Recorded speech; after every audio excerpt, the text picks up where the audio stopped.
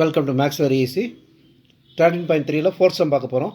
In answering a question on a multiple choice test, a student either knows answer or guesses.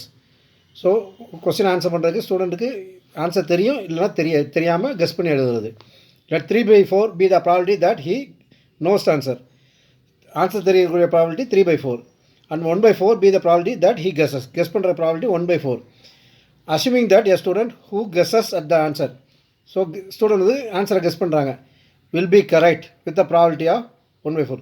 So guess பண்ணுறதுல வந்து 1/4 கரெக்டாக இருக்குது 1/4 probability. What is the probability that the student knows the answer given that he answer it correctly. அதாவது ஒரு ஸ்டூடெண்ட்டை select பண்ணுறோம், அந்த student வந்து answer தெரிஞ்ச ஸ்டூடெண்ட்டாக இருக்கணும், ஆன்சர் கரெக்டாக கொடுக்கணும். இதுக்கு என்ன ப்ராபிலிட்டின்னு கேட்டிருக்காங்க. இதில் வந்து பார்த்திங்கன்னா நமக்கு என்ன வேண்டியது, ஸ்டூடெண்ட் நோஸ் த ஆன்சர். அப்போ நமக்கு E1 E2 எடுக்கிறது வந்து ஒன்று ஸ்டூடெண்ட் நோஸ் த ஆன்சருங்கிறது E1, E2ங்கிறது ஸ்டூடெண்ட் கெஸஸ் த ஆன்சர், ரெண்டு வந்துடுது. காமன் ஈவெண்ட் என்னது, ஆன்சர் இஸ் கரெக்ட், இதுதான் காமன் ஈவெண்ட். அப்போ ஏ வந்து பார்த்திங்கன்னா event that answer is correct. So E1 வந்து நோஸ் த ஆன்சர், E2 வந்து கெஸஸ் த ஆன்சர், ஏ வந்து ஆன்சர் இஸ் கரெக்ட். ஸோ இப்போ கொடுத்துருக்க ப்ராபிலிட்டி ஆஃப் E1 என்னது, ஸ்டூடெண்ட்டுக்கு ஆன்சர் தெரியுமாங்கிறதுக்கு 3/4 கொடுத்துருக்காங்க. அதே மாதிரி ஸ்டூடெண்ட்டுக்கு ஆன்சர் கெஸ் பண்ணுறது எவ்வளவு, 1/4. கரெக்டான ஆன்சரு தெரிஞ்ச ஸ்டூடெண்ட்டுக்கு கரெக்டான ஆன்சருக்கு என்ன ப்ராபிலிட்டி வரும், அவருக்கு தான் ஆன்சர் தெரியும், அப்போ வந்து 100% கரெக்டாக சொல்ல போகிறாப்புல, அப்போ ப்ராபிலிட்டி வந்து 1. அதே மாதிரி கெஸ் பண்ணுற ஸ்டூடெண்ட்டுக்கு ஆன்சர் கரெக்டாக இருக்குது என்ன ப்ராபிலிட்டி, சம்பளம் கொடுத்துருக்காங்க 1/4. ஸோ இப்போ நமக்கு என்ன கேட்டிருக்காங்க, probability of the student knows the answer given that the answer is correct. Answer தெரியும், கொடுத்துருக்கிறது என்னது, ஆன்சர் கரெக்டு. அப்போ ஈவெண்ட் ஏ வந்து ஏற்கனவே நடந்துருச்சு, ஆன்சர் தெரிஞ்ச ஸ்டூடெண்ட்டு இருக்கணும். P ஆஃப் E1 பார் ஏ, இதை தான் கண்டுபிடிக்கணும். So formula Bayes theorem formula என்னது, probability of E1 bar A வந்து என்னதுன்னா probability of E1 dot probability of A/E1 divide by எத்தனை ஈவெண்ட் இருக்கோ அது கீழே எழுதணும். Probability of E1 dot probability of A/E1 plus probability of E2 dot probability of A/E2. So formula எழுதியாச்சு. Substitute பண்ணிங்கன்னா 3/4 × 1 divide by 3/4 × 1 plus 1/4 × 1/4. சிம்பிளை பண்ணிங்கன்னா மேலே 3/4 மட்டும் வரும், கீழே வந்து பார்த்தீங்கன்னா 3/4 ப்ளஸ் 1/16 வரும். ஸோ இதில் 16 எல்சிஎம் எடுத்திங்கன்னா 3/4 டிவைட் பை 12 ப்ளஸ் 1/16 வரும். சிம்பிளை பண்ணும்போது 3/4 டிவைட் பை 13/16 வரும். ஸோ நியூமரேட்டர் இது 16 மேலே கொண்டு போய் 4 கீழே இறக்கினீங்கன்னா 3/4 × 16/13 வரும். சிம்பிளை பண்ணும்போது ஆன்சர் வந்து 12/13 வரும். அடுத்து 5th sum. A laboratory blood test is 99% effective in detecting a certain disease. So ஒரு பிளட் டெஸ்ட் எடுக்கிற லேபில் வந்து அவங்க எடுக்கிற டெஸ்ட் வந்து 99% எஃபெக்டிவ், டிசீஸ் இருக்கா இல்லைன்னு சொல்கிறதுக்கு. when it is to in fact present இருந்துச்சுன்னா, டிசீஸ் இருந்துச்சுன்னா 99% வந்து கரெக்டாக வந்து அது அக்யூரேட் ரிசல்ட் இருக்கும். however the test also yields a false positive result for 0.5%. அதாவது என்னென்னா ஃபால்ஸ் பாசிட்டிவ் ரிசல்ட்னால் அவங்களுக்கு நோயே இருந்திருக்காது, ஆனால் வந்து நோய் இருக்க மாதிரி காமிக்கும், அது வந்து 0.5%. அதைத்தான் இதில் வந்து டிஸ்கிரைப் பண்ணி எழுதியிருக்காங்க. If 0.1% of the population actually has the disease, what is the probability that a person has disease given that the test result is positive. So என்ன கொடுத்துருக்காங்க, given that the test result is positive. So இதுதான் வந்து A event, test result பாசிட்டிவ்ங்கிறது A event. E1 E2ல என்னது, question என்ன கேட்டிருக்காங்க, probability that the person has disease. அப்போ என்ன அர்த்தம், E1ங்கிறது ஈவெண்ட் த பர்சன் ஹேஸ் டிசீஸுங்கிற ஒரு ஈவெண்ட்டு, E2ங்கிறது ப்ரெசென்ட் வந்து டிசீஸ் இல்லைங்கிறது ரெண்டாவது ஈவெண்ட். ஸோ இதில் ரெண்டு ஈவெண்ட், த ப்ரெசென்ட் டிசீஸ் இருக்கணும் இல்லை டிசீஸ் இல்லை. ஸோ E1 வந்து event that the person has disease, E2ங்கிறது the person does not have disease, ஏங்கிறது டெஸ்ட் ரிசல்ட் வந்து பாசிட்டிவ். ஸோ 3 எழுதிட்டோம். So event the person has டிசீஸுக்கு ப்ராபிலிட்டி என்ன, 0.1% கொடுத்துருக்காங்க சம்மில். இப்போ டிசீஸ் உள்ளதுக்கு வந்து பர்சன்டேஜ் வந்து 0.1%. 0.1ங்கிறது என்னது 0.1/100. நமக்கு என்ன தெரியும், அதாவது டிசீஸ் இல்லாதவங்க பர்சன்டேஜ் கொடுக்கல, ஆனால் நமக்கு தெரியும் டோட்டல் ப்ராபிலிட்டி வந்து வேல்யூ வந்து 1. அப்போ probability of E1 plus probability of E2 வந்து 1.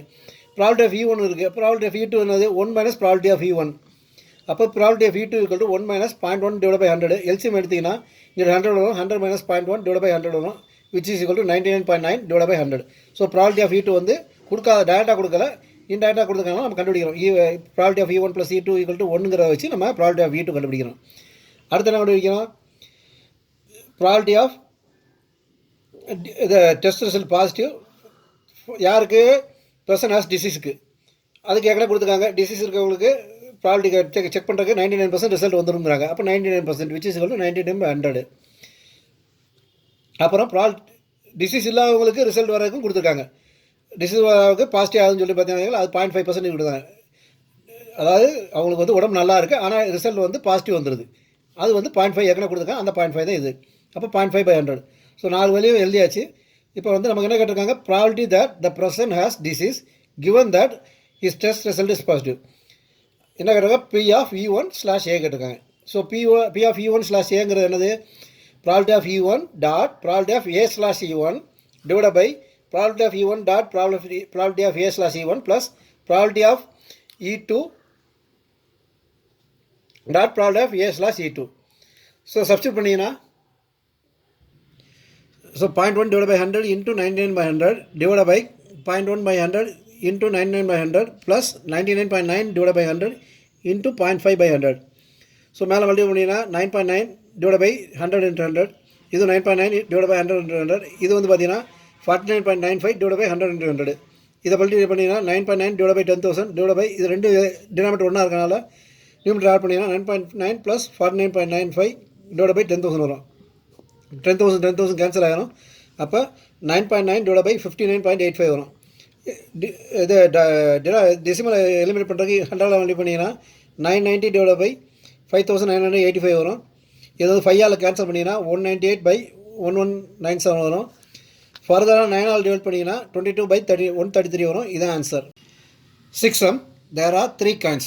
One is 2-headed coin. 2-headed coinனா ரெண்டு பக்கமும் அந்த காயினுக்கு ரெண்டு பக்கமும் வந்து ஹெட்டு தான் இருக்குது.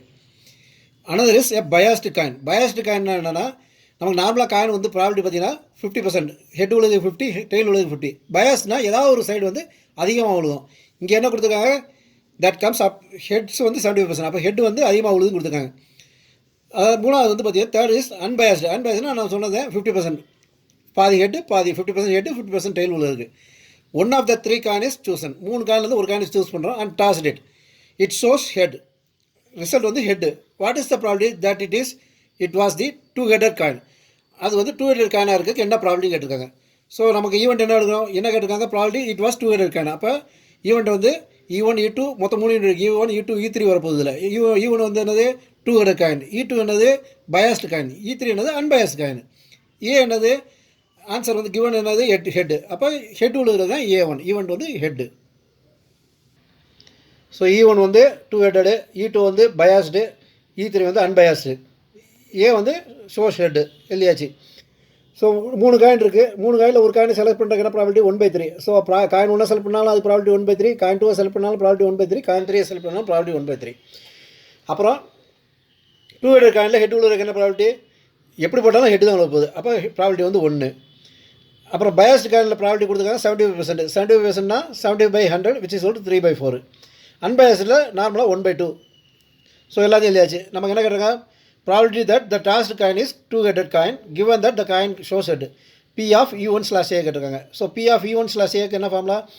P/E1 into P/A/E1 divided by P/E1 into P/A/E1 plus P/E2 into P/A/E2 plus P/E3 into P/A/E3. So எத்தனை ஈவெண்ட் வருதோ அத்தனை ஈவெண்ட் கீழே வரணும். மேலே நமக்கு என்ன ஈவெண்ட் மாற்ற போகிறோமோ, என்ன ஈவெண்ட் வச்சு பார்க்க போகிறோமோ அதை வச்சு செய்ய போகிறோம். அவ்வளோதான். ஸோ சப்ஸ்டியூட் பண்ணிங்கன்னா 1/3 into 1 divided by 1/3 into 1 plus 1/3 into 3/4 plus 1/3 into 1/2 which is equal to 1/3 divided by 1/3 plus 3/12 plus 1/6 வரும் சிம்பிளை பண்ணும்போது. ஸோ இதில் எல்சிஎம் 12 எடுத்திங்கன்னா 1/3 divided by 4 plus 3 plus 2 divided by 12 வரும். சிம்பிளை பண்ணிங்கன்னா 1/3 divided by 9/12. இதை கேன்சல் பண்ணிங்கன்னா 1/3 divided by 3/4 வரும். ஸோ இது 1/3 3 கீழே ஆகிட்டு இந்த 4 மேலே கொண்டு போனீங்கன்னா 1/3 into 4/3 வரும். சிம்பிளை பண்ணிங்கன்னா 4/9. இதுதான் ஆன்சர். தேங்க்யூ.